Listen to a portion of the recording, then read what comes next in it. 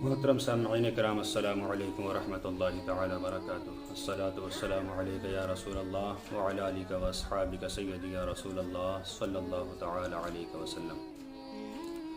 بڑا مبارک اور برکت والا مہینہ چل رہا ہے، اس میں ہمیں خوب نیکیاں جمع کر لینی چاہیے، اس لیے کہ اس وقت شیطان بھی قید میں ہے اور اللہ تعالیٰ کی رحمت بہت جوش میں رہتی ہے۔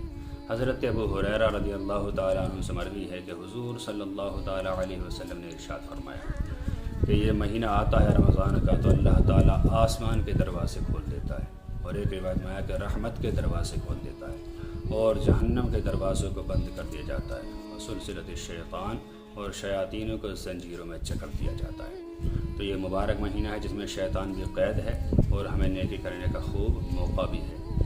ایک روایت میں آیا کہ یہ مبارک مہینہ ہے کہ اس میں رحمت کے دروازے کھول دیے جاتے ہیں، جنت کے دروازے کھول دیے جاتے ہیں، جہنم کے دروازے بند کر دیے جاتے ہیں، اور ایک ندا کرنے والا ندا کرتا رہتا ہے روزانہ، اے انسان، اے خیر کے چاہنے والو، اے بھلائی کے چاہنے والو، بھلائی کر لو، اور اے شر کے چاہنے والو، برائی کے چاہنے والو، برائی سے رک جاؤ۔ اور اللہ تعالیٰ ہر رات 10 لاکھ گناہ گاروں کی مغفرت فرماتا ہے، اور روایت میں آتا ہے کہ یہ سلسلہ روزانہ ہر رات کے لیے چلتا رہتا ہے جب تک رمضان چلتا رہتا ہے۔